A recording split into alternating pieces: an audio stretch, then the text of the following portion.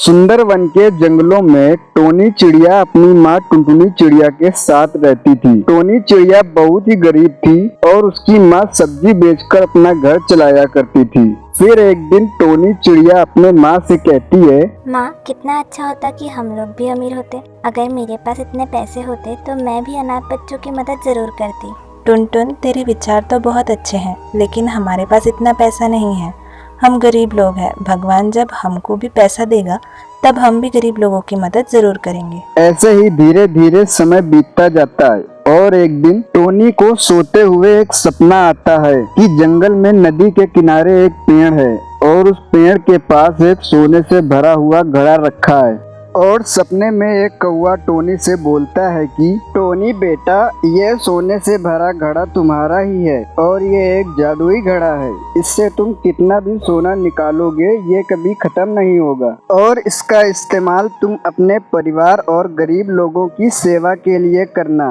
फिर टोनी चिड़िया सुबह जल्दी उठकर उस पेड़ के पास जाती है और उसे सच में वहाँ एक सोने से भरा हुआ घड़ा मिल जाता है। फिर टोनी चिड़िया घड़े में भरे सारे सोने को अपने घर ले आती है और अपने साथ भी सारी बातें अपनी माँ को बताती है और फिर वह गरीब लोगों की मदद करना शुरू कर देती है। फिर धीरे धीरे टोनी को अपने सोने के खत्म होने की चिंता सताने लगती है और अब टोनी को पैसे का घमंड भी आने लगता है, जिससे वह धीरे धीरे गरीबों की मदद करना भी बंद कर देती है और वह सारा सोना अपने पास ही रख लेती है। फिर एक दिन रात को टोनी को दोबारा वैसा ही सपना आता है जिसमें वो जादुई कौवा बोलता है कि मैंने बोला था ना टोनी कि इस धन का इस्तेमाल तुम केवल अच्छाई के लिए करना, लेकिन तुमने ऐसा नहीं किया। मैंने नेक दिल समझकर तुम्हारी मदद की थी, लेकिन तुम तो बहुत ही दुष्ट निकली। इस धन का तुमने बहुत ही गलत फायदा उठाया है और अब मैं अपना सारा सोना वापस लेता हूँ। फिर जब टोनी अगले दिन सुबह उठी तो घर का सारा सोना गायब हो चुका था